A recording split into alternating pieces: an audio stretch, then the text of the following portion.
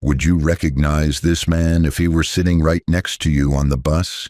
He could pass as an ordinary face in the crowd, but behind that face is a $10 million reward and a long trail of crime.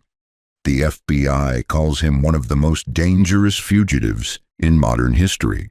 It makes you wonder, what exactly did he do to earn that title? Since 1950, the FBI's most wanted list has served as a powerful tool in capturing the nation's most dangerous criminals.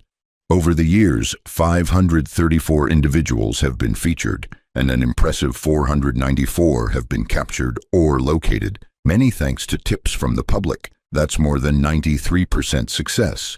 But some criminals are still out there, vanishing into crowds, crossing borders, and staying one step ahead. In this video, we're taking a closer look at the top 10 most wanted criminals in the world right now, and the shocking stories that earned them a place on this infamous list. Julian Adonai Archaga Carias. Let's start with the man the FBI calls one of the most dangerous on the list, Julian Adonai Archaga Carias, better known as Porky.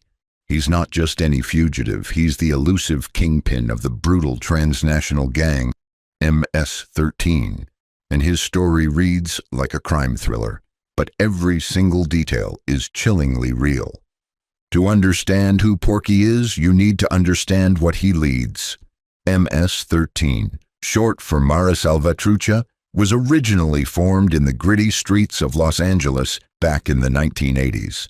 The gang started out as a form of protection for Salvadoran immigrants, but over the decades it evolved into something far darker, an international crime syndicate with a reputation for violence so extreme, even hardened criminals fear them. Today, MS-13's reach extends across El Salvador, Guatemala, Honduras, Mexico, the United States, Canada, and even Spain. Their list of criminal activities includes drug trafficking, human trafficking, extortion, murder, and racketeering. And behind much of this chaos, especially in Honduras, stands Porky, a man who doesn't just move weight, he moves empires. Julian Adonai Archaga Carias was the heartbeat of MS-13's operations in Honduras. He provided the gang with weapons, drugs, money, and most of all, power. According to the FBI, he was responsible for shipping multi-ton loads of cocaine and other narcotics through Honduras into the United States. He's been tied to the murders of rival gang members, and his rap sheet includes murder, racketeering, drug conspiracy, and possession of machine guns. Though he weighs just around 160 pounds, don't let that fool you. His influence is massive and his ruthlessness unmatched. But perhaps the most jaw-dropping moment in Porky's criminal career happened in a courthouse. After being arrested by Honduran authorities for allegedly murdering 2 prosecutors, Porky was brought to court. What happened next was like a scene out of an action movie. Suddenly, 20 armed men, dressed in anti-gang police uniforms, stormed the courthouse. They opened fire on the guards, killing 4 officers, and pulled off an audacious, violent rescue operation that helped Porky escape. It was fast, brutal, and terrifyingly efficient, and it solidified his status as armed, extremely dangerous, and willing to do anything to stay free. Now, Porky is one of the most wanted men in the world. The FBI is offering a $5 million reward for any information leading to his capture, a reward that shows just how seriously they take the threat he poses. But finding him won't be easy. Authorities believe he's still hiding somewhere in Honduras, but he's slippery. He uses untraceable phone numbers from places like Israel and Poland to avoid detection, and he takes extreme measures to keep his location secret. So for now, Julian Adonai Archaga Carias, Porky, remains on the run. His name is etched high on the FBI's 10 most wanted list, and with his network, his firepower, and his reputation, he's likely to stay one of the most elusive and dangerous fugitives for years to come. The world hasn't forgotten him, and neither has the law. Omar Alexander Cardenas. Next up is a guy who might not exactly scream fugitive at first glance. Omar Alexander Cardenas. And trust me, if you looked at him, you might not believe he could run a mile, let alone dodge the FBI for years. But surprise, this man has been on the run since 2019, and not for something small. Nope. He's wanted for cold-blooded murder, one that happened in broad daylight, outside a barbershop, in the middle of Los Angeles. You really can't make this stuff up. Let's rewind to that summer, August 15th, 2019. A hot afternoon like any other, people out shopping, grabbing haircuts, living their normal lives. And then Omar happened. The FBI later released security footage from that day. At first, nothing looks out of place. Omar's just casually walking through a strip mall, blending in with the crowd.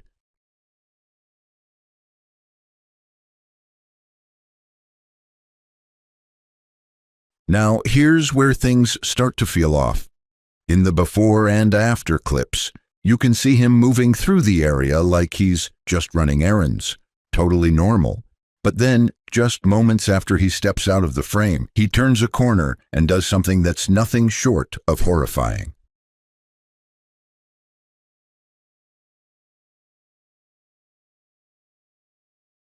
In a matter of moments, Omar approached a man standing outside the Hair Icon barbershop and without hesitation fired several rounds from a semi-automatic handgun directly at his head, killing him instantly.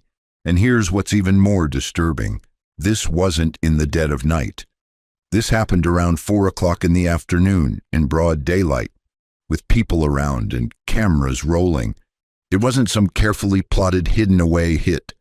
Omar just walked up, pulled the trigger, and ran like hell. The footage even captures him fleeing the scene. And from that moment on, he vanished. Now, Omar isn't just some random guy. He's believed to be connected to the Pier Street gang in Los Angeles and often goes by the simple nickname Omar. After the shooting, law enforcement believes he fled the country, most likely heading to Mexico, where he may be hiding out with relatives. By September 2021, the feds had enough to charge him with murder and unlawful flight to avoid prosecution, landing him a spot on the FBI's 10 Most Wanted list. What makes this case so maddening is how little we actually know about him. I mean, he's been on the run for years, yet there's hardly any concrete info out there. What we do know, he's a big guy, around 300 pounds, wears thick prescription glasses, has at least one tattoo, and is considered armed and dangerous. That's it. That's what the authorities are working with. You'd think with a murder caught on camera and his face splashed on FBI posters, someone would have spotted him by now. But nope, nothing solid has come through. So if you think you've seen Omar Alexander Cardenas, don't hesitate. Call the nearest police station. The FBI is offering up to $250,000 for information that leads to his arrest. Ryan James' wedding. The next guy we have here is one of the latest additions to the FBI's 10 Most Wanted list, and his story might just be the wildest one yet. Meet Ryan Wedding, once an Olympic snowboarder, now a fugitive drug kingpin, accused of murder and cocaine trafficking. From the snowy slopes to the drug underworld, this man's life has taken a jaw-dropping turn. Born on September 14, 1981, in Canada, Ryan started out as a rising star in the world of snowboarding. Coming from a family of ski racers, he learned to ride at his grandparents' ski resort, Mount Baldy in Thunder Bay. By the age of 12, he was already competing. In 1999, he snagged a bronze medal at the Junior World Championships, followed by a silver in 2001. His biggest moment came at the 2002 Winter Olympics in Salt Lake City, where he represented Team Canada in the men's parallel giant slalom, finishing 24th overall. But after the Olympics, his path took a dark turn. He briefly attended Simon Fraser University, but dropped out and began dealing marijuana. What started small quickly grew dangerous. Ryan teamed up with Iranian and Russian smugglers, expanding into large-scale cocaine trafficking. In 2006, his name surfaced in a marijuana grow-op investigation, but no charges were filed. However, things escalated in 2008 when he attempted to buy cocaine from a U.S. federal agent. That move landed him a 4-year prison sentence in 2010. Once out of prison, authorities say Ryan didn't just return to crime. He went global. On October 17, 2024, the U.S. Department of Justice charged him with leading a transnational organized crime group involved in drug trafficking and multiple murders, including innocent civilians. The charges are serious. Multiple felony counts, 3 murders, 1 attempted murder, and heading a criminal organization. As part of Operation Giant Slalom, a multi-agency sting, Wedding was tied to the brutal killings of Jagtar and Harbhajan Sidhu, a couple in their 50s murdered in November 2023, and Mohammed Zafar, who was killed in May 2024. He's also believed to have orchestrated these murders with an associate, Andrew Clark, who himself is charged in the April 2024 killing of Randy Fader. And where is Ryan now? According to investigators, he fled to Mexico, where he became a high-ranking member of the Sinaloa cartel. Yes, that Sinaloa cartel, one of the most dangerous drug organizations on Earth. Down there, he goes by names like El Jefe, Giant, or simply Public Enemy. His second-in-command was arrested in Mexico in October 2024, but Ryan remains on the run. On March 6, 2025, he officially joined the FBI 10 Most Wanted Fugitives list, replacing Alexis Flores, and the FBI is offering a staggering $10 million reward for information that leads to his capture. On a personal note, while behind bars in 2011, Ryan married a woman from British Columbia, but the marriage didn't last. They've since separated and she's remarried. Meanwhile, Ryan's name is back in the spotlight, but not for his Olympic career. His dramatic rise and fall are now being turned into a documentary series titled Snow King: From Olympian to Narco. The show is being produced by Rolling Stone Films, Dogwoof, Visitor Media, and Corriente del Golfo, a company co-founded by actors Gael Garcia Bernal and Diego Luna. So here we are. From Olympic glory to cartel infamy, Ryan Wedding has gone from chasing gold medals to running from justice. And with a multi-million-dollar bounty on his head, the world is now watching and waiting. Will El Jefe be caught, or will he keep carving his own path through the shadows? Vitel homme innocent. Next, we have one of the most ironic names ever to hit the FBI's most wanted list, Vitel homme innocent. Yeah, you heard that right, innocent. But don't let the name fool you, because this guy's anything but innocent. His mugshot alone tells you everything you need to know. A wild look in his eyes, teeth bared like some kind of beast ready to pounce. Honestly, it's the kind of photo you'd expect from a ruthless gang leader who's terrorized a whole nation, not some guy with a name that suggests he's a saint. Despite all that, those who have met Innocent up close say he's a whole different character in person. And here's the crazy part. He tries to be welcoming, like he'll actually offer you a sandwich from a cooler and start chatting about deep philosophical stuff like you're just a casual visitor. But don't get it twisted. This guy is powerful and always surrounded by heavily armed men ready to do whatever he commands. It's this weird mix of charm and terror that's made him the face of one of Haiti's deadliest gangs, the Croix Barrière, which literally means breaking barriers. And boy, has he broken a lot of barriers, all right. Mostly the ones between chaos and control. Things really blew up in October 2021 when Innocent teamed up with the notorious 400 Mawozo gang to pull off a kidnapping that sent shockwaves around the world. They kidnapped 17 Christian missionaries, including 5 kids, and one of those kids was just 8 months old. The hostages were held at gunpoint for 2 whole months, while the gangs demanded $1 million for each hostage. The nightmare only ended when an anonymous donor paid the ransom. And as you can probably guess, Innocent and his crew didn't use that money for anything good. They immediately stocked up on more weapons to bulk up their gang's firepower. And if you thought that was the peak of his influence, think again. The assassination of Haitian President Jovenel Moïse in 2021 threw the country into utter chaos, and Innocent wasted no time. His gang took advantage of the power vacuum to grab even more territory and recruit hundreds of new members, many of them kids forced into this violent lifestyle. By 2023, Cruz-Barrier had swelled to around 600 members. That's a whole army, and Innocent's the general calling the shots. But his brutality didn't stop with the missionaries. In 2022, his gang kidnapped 2 U.S. citizens, Marie Odette Franklin and John Franklin. Tragically, one of them didn't survive, and the other was held for a ransom of $300,000. This guy doesn't mess around.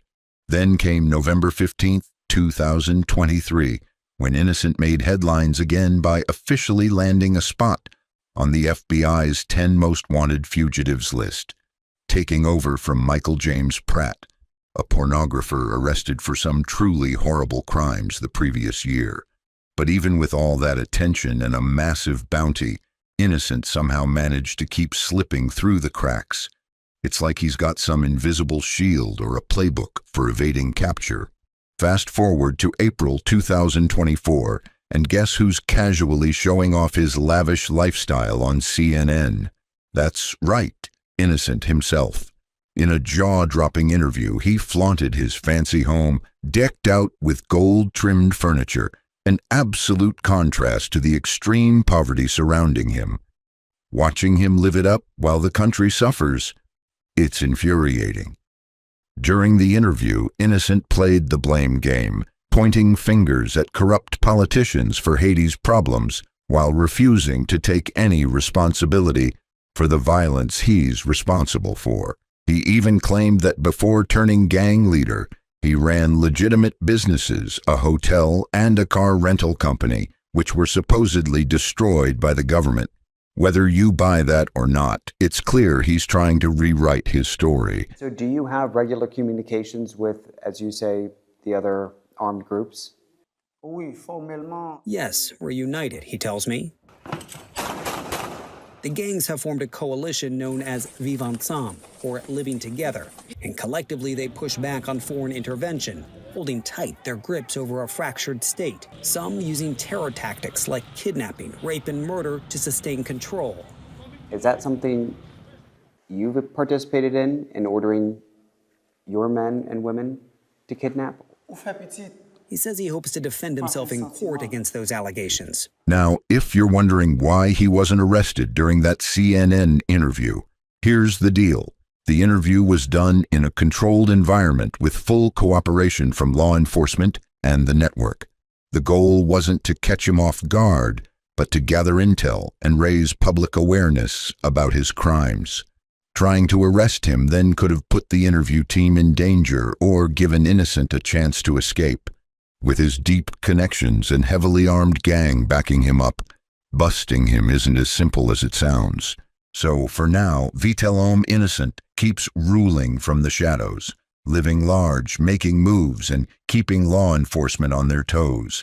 And honestly, it's going to take some serious effort, guts, and maybe a bit of luck to finally bring this guy down.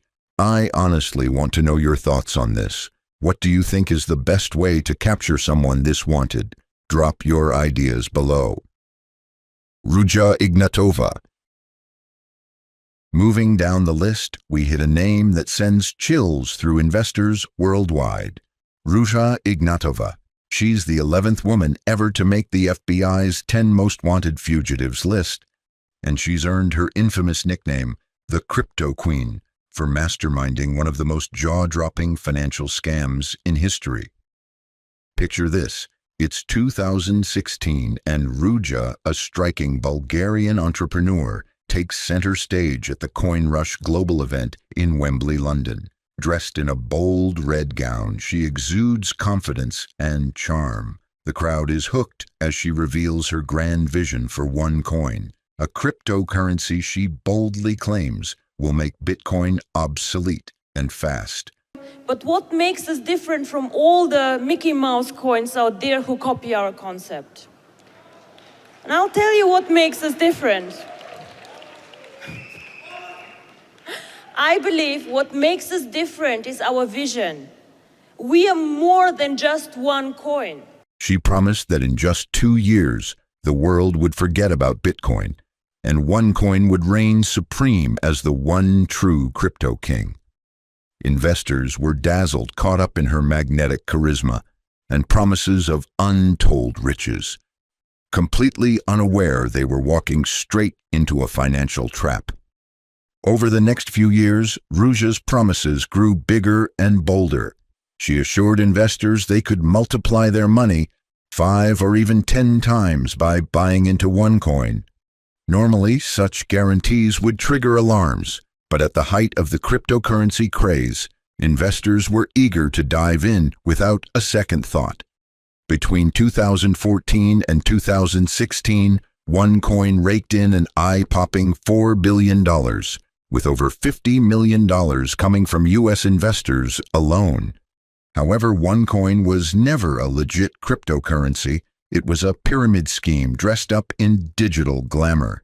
Investors weren't just buying coins, they were pressured to recruit friends to buy in too. For a while, the scheme seemed unstoppable. But soon, cracks appeared. Investors struggled to sell their OneCoins and saw no way to get their money back. Online forums buzzed with complaints, and whispers of a scam began to spread. Federal investigators quickly caught on, and then Ruja vanished. Just months after her dazzling debut, in late 2016, she boarded a flight from Bulgaria to Greece and disappeared without a trace. Leaked emails later revealed the shocking truth. Ruja knew from the start she was deceiving people. She called her own coin trash and branded her investors idiots for believing her. One damning message suggested to her partner, Carl Greenwood, that they take the money and run, and pin the blame on someone else. While Ruja plotted her escape, Greenwood couldn't dodge justice. He pleaded guilty to wire fraud and conspiracy to launder money, landing a 20-year prison sentence. The FBI had been trailing Ruja for years, even recruiting her American boyfriend as an informant. After gathering enough evidence, she was charged with wire fraud, money laundering, and securities fraud. But here's the twist. Ruja Ignatova isn't your average scammer. Fluent in 4 languages, sharp, articulate, and once a rising star at a top consulting firm, she had style and sophistication, a love for fashion, and a carefully crafted glamorous image. She weaponized all of it to pull off a scam that shook the financial world. Since she vanished, rumors swirl wildly. Some say she altered her appearance with plastic surgery. Others claim she travels with armed guards. Darker whispers even suggest she might have been killed by an accomplice. But nothing is confirmed. The FBI suspects she's using a German passport to slip through countries like the United Arab Emirates, Bulgaria, Germany, Russia, Greece, and other parts of Eastern Europe. After nearly 8 years on the run, catching Ruja is like chasing a ghost in a maze. As of now, the United States Department of State's Transnational Organized Crime Rewards Program is offering a reward of up to $5 million for any information that leads to the arrest and/or conviction of Ruja Ignatova. Francisco Javier Roman Bardales. One of the FBI's most wanted fugitives is in custody this morning. Francisco Javier Roman Bardales was turned over to U.S. authorities in San Diego after being arrested in Mexico. Allegedly a high-ranking leader of the M13 criminal organization accused of taking part in drug trafficking, kidnappings, and other illegal activities. Keep in mind, he's already been captured, and just recently, so he hasn't been replaced on the FBI's list yet. But it's important to understand what kind of man we're talking about. Francisco Javier Roman Bardales, also known as Veterano de Tribus, wasn't your average fugitive. He was a ghost in the criminal underworld. Born on December 2, 1977, in Ahuachapan, El Salvador, Roman Bardales climbed the bloody ladder of MS-13 until he was one of its most feared and powerful leaders. He was more than just a gang member. He was the man behind the curtain, allegedly commanding brutal murders, trafficking empires, and secret training camps with military precision. By December of 2020, the U.S. government had seen enough. Roman Bardales, along with 26 other top MS-13 leaders, was indicted by the Eastern District of New York. The charges? A staggering list that read like a crime lord's resume. Conspiracy to provide and conceal material support to terrorists, narco-terrorism, racketeering, and human smuggling. He was accused of helping MS-13 operate like a rogue army, setting up military-style training camps, stockpiling military-grade weapons, and pulling strings to sway elections in El Salvador. According to investigators, this man wasn't just building a criminal network. He was trying to build an empire. And it didn't stop there. Roman Bardales reportedly expanded MS-13's influence deep into Mexico, forming dangerous alliances with cartel leaders and dipping his hands into narcotics trafficking, arms deals, extortion, and large-scale human smuggling. He became the kind of ghost law enforcement agencies whisper about, slipping through borders, changing locations, always a few steps ahead. That is, until the feds put a price on his head. In September of 2022, a federal warrant was issued for his arrest. Then, on February 21, 2025, the FBI added him to their infamous 10 Most Wanted Fugitives list, replacing another notorious figure, Arnoldo Jimenez. The reward? A cool $250,000. His photo spread across the world. But even with all eyes on him, Roman Bardales still thought he could hide. He was wrong. On March 17, 2025, in the quiet town of Teocelo, Veracruz, Mexico, his luck finally ran out. U.S. and Mexican forces working in a coordinated operation closed in and captured him without warning. He was quickly transported to Mexico City, then handed over to American authorities. Just 2 days later, on March 19th, he appeared before a judge in New York City, no longer a ghost, just another criminal facing justice. Roman Bardales' capture is a chilling reminder that no matter how powerful or protected someone may seem, justice has a long memory and an even longer reach. His arrest proves that even the most elusive criminals can't run forever, and that means there's still hope. Still a real chance that the remaining fugitives on the FBI's most wanted list can and will be found. Alejandro Rosales Castillo. Now, let's talk about someone whose name still haunts the FBI's 10 Most Wanted Fugitives list. Alejandro Rosales Castillo. Born on November 26, 1998, in Arizona, Alejandro might have seemed like an ordinary teenager, but by the time he was just 17, he would be linked to a cold-blooded murder that shocked the community of Charlotte, North Carolina. And he's been on the run ever since October 24, 2017. It all started in 2016 when Alejandro worked at a Shomar's restaurant in Charlotte. That's where he met Truquan Sandy Lee Lay, a 23-year-old co-worker with a kind heart and big dreams. The two shared a brief romance, but it didn't last long. Even after they parted ways, Sandy, ever the generous soul, lent Alejandro some money. He never paid her back. Then one day, Alejandro sent her a message.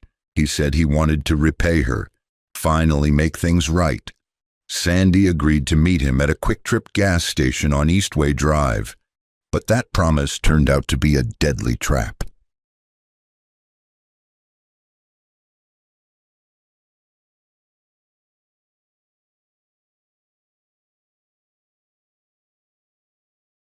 On August 9th, Alejandro was picked up by his new girlfriend, Amia Feaster, in her red Dodge Caliber. They headed straight to the meeting spot. Instead of giving Sandy the money he owed, Alejandro allegedly forced her to withdraw $1,000 from her bank account, possibly at gunpoint. Her uncle later confirmed she emptied her account that night. Then things got even darker.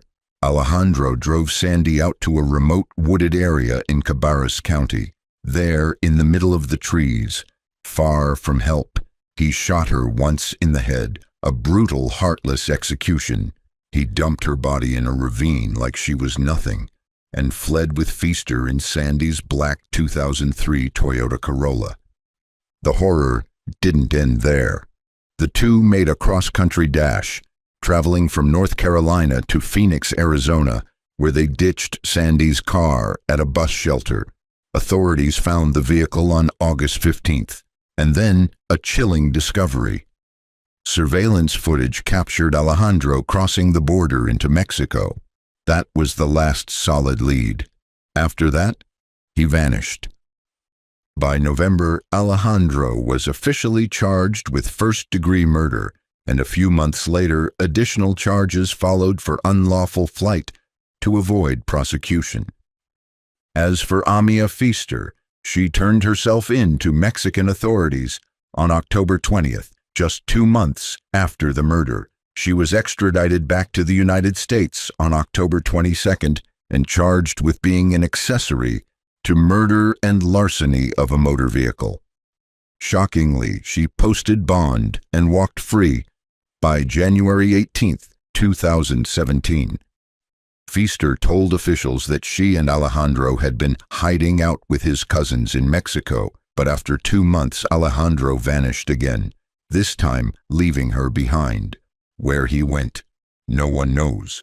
Today, Alejandro Rosales Castillo is still out there, a ghost with a face on wanted posters. His story resurfaced on America's Most Wanted on February 26, 2024, reigniting public attention. The FBI is offering a $250,000 reward for any information leading to his arrest. They haven't given up, and neither has Sandy's family. Her memory is still alive, and justice is still waiting. Bhadresh Kumar Chetanbhai Patel. Next, let's delve into the chilling case of Bhadresh Kumar Chetanbhai Patel, a man whose actions shocked many and left an entire community in horror. On April 12, 2015, a CCTV camera captured a disturbing scene at a Dunkin' Donuts shop. At around 9:30 p.m., the footage showed 2 employees, a man and a woman, walking toward the back room of the store. Just moments later, they vanished from view. A few seconds passed and the man returned to the camera's field, his demeanor calm, as if nothing out of the ordinary had happened during those few brief minutes.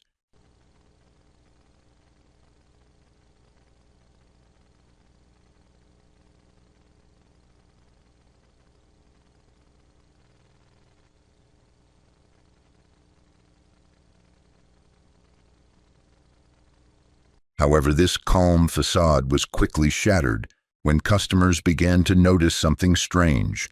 No employees were in sight. Concerned, they contacted the police. When authorities arrived, they made a horrifying discovery. Lying lifeless on the floor of the back room was Palak, an Indian woman brutally murdered. She had been pummeled to death by the man seen in the footage, her husband, Bhadresh Kumar Chetanbhai Patel. As investigators looked deeper into the couple's life, a disturbing pattern began to emerge. There had been intense arguments leading up to that tragic night. According to court documents, both of their visas were set to expire in just a few weeks. Palak wanted to return to India, while Bhadresh Kumar insisted on staying in the United States. This clash of desires reached a breaking point. In a moment of rage, he committed the unthinkable. He took the life of his own wife. After the crime, Bhadresh Kumar was last seen taking a taxi from a hotel in New Jersey to a train station in Newark. What happened after that remains one of law enforcement's most puzzling mysteries. He simply vanished. And to make sure this dangerous man didn't fall through the cracks, the FBI added him to their most wanted list. As of today, the reward for information leading to his capture stands at $250,000. But nearly 10 years have passed since that horrific crime, and so far, justice has not been served. Many believe that Bhadresh Kumar may have returned to India, where he could be living under the radar freely, while the law continues to chase shadows. Wilver Villegas Palomino. Wilver Villegas Palomino has become notorious for his crimes. He became the 530th addition to the FBI's most wanted list due to multiple serious charges, including narco-terrorism, murder, and drug trafficking. Often going by the nickname The Hog, Palomino is a high-ranking member of the National Liberation Army. He has been involved in a shocking 2-decade-long conspiracy to smuggle drugs from Colombia into the United States. A warrant for his arrest was issued back in 2020, highlighting the gravity of his actions. Wilver's criminal history is chilling. He is accused of being involved in the murders of several human rights advocates in Venezuela and the Catatumbo region of Colombia between 2017 and 2019. His position within the ELN grants him significant power and influence, making him directly responsible for flooding major U.S. cities, including Houston, with dangerous drugs. Due to his involvement in such violent activities, the United States Department of State's Narcotics Rewards Program has placed a staggering reward of up to $5 million for information leading to Palomino's arrest. As of today, no one knows exactly where he is hiding. It is believed that the ELN controls the production of over 200 tons of narcotics, which are then trafficked across the globe, including into the United States. This massive drug trafficking operation is one of the key reasons he was placed on the FBI's most wanted list. Fausto Isidro Meza Flores. Next, we have a man whose name carries weight in both criminal and cartel circles, Fausto Isidro Meza Flores. Known on the streets as El Chapo Isidro, he has carved a bloody legacy as a powerful Mexican drug lord and leader of the notorious Los Mazatlecos gang. Meza Flores currently ranks among the FBI's 10 most wanted fugitives, and for good reason. He was born on June 19, 1982 in Navojoa, Sonora, Mexico, and from a young age found himself drawn into the violent underworld of drug trafficking. Standing at 5 feet 6 inches tall and weighing around 160 pounds, he may not look intimidating, but his criminal record tells another story. On February 4, 2025, he became the 533rd person to be added to the FBI's 10 most wanted list, replacing Donald Eugene Fields III, who was wanted for child sex trafficking. Meza Flores began his criminal career in the 1990s, first working under Amado Carrillo Fuentes of the Juarez cartel. After Fuentes died during a botched plastic surgery operation in 1997, Meza Flores left the organization and joined the Beltran Leyva cartel. He quickly rose through the ranks, earning a reputation as a skilled and daring hitman. When Arturo Beltran Leyva was killed by Mexican military forces in December 2009, many fled the collapsing cartel, but Meza Flores stayed loyal and possibly formed ties with Vicente Carrillo Fuentes. His criminal influence was on full display during the Tubutama, Sonora shootout on July 1, 2010. A violent clash between the Sinaloa cartel, backed by Gente Nueva, and the Beltran Leyva cartel, with support from Los Zetas and Meza Flores's Los Mazatlecos, resulted in around 30 deaths.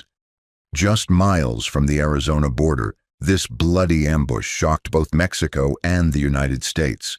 11 bullet-riddled vehicles were found, many marked with an X, a signature cartel tactic to avoid friendly fire. Los Mazatlecos, his loyal gang, operates in regions like Guasave, Los Mochis, and Mazatlan, smuggling massive quantities of methamphetamine, heroin, marijuana, and cocaine since the year 2000. Meza Flores remained a key leader within the Beltran Leyva cartel, particularly after becoming the right-hand man of Hector Beltran Leyva. He ruled over strongholds like Mazatlan, Guamuchil, Los Mochis, Xoa, and even Los Cabos. In April 28, 2010, he narrowly escaped capture in Xoa, but the attempt resulted in the deaths of 2 soldiers and 12 of his men, including his trusted aide Omar Alfonso Rubio, also known as El Chonte. On December 12, 2013, another blow came when his top lieutenant, Ignacio Nacho Gonzalez, was arrested by the Mexican army in Guasave. Today, Fausto Isidro Meza Flores is wanted by the United States government for drug trafficking and weapons charges. The U.S. Department of State's Narcotics Rewards Program is offering up to $5 million for information that leads to his capture. His last known sighting was in Nuevo León, where he reportedly attended a youth basketball game in San Pedro Garza Garcia on January 19, 2013. His financial operations didn't go unnoticed either. On January 17, 2013, the Office of Foreign Assets Control, OFAC, under the U.S. Department of the Treasury, froze the assets of Meza Flores, 7 of his family members, and 3 companies tied to his criminal empire under the Foreign Narcotics Kingpin Designation Act, better known as the Kingpin Act. Despite the international dragnet, Meza Flores remains at large. Ruthless, cunning, and deeply entrenched in cartel operations, he continues to evade justice, making him one of the most dangerous fugitives in the Western Hemisphere. Now, it's anyone's guess where these 10 dangerous fugitives from the FBI's most wanted list are hiding. It's also unsettling to think that some might even be blending into society, hoping to escape justice forever. Anyway, we'd love to hear your thoughts. Which case stood out to you the most, and why? Share your insights in the comments below. If you enjoyed this video, don't forget to like, share, and subscribe for more riveting updates on true crime. Thank you once again for watching.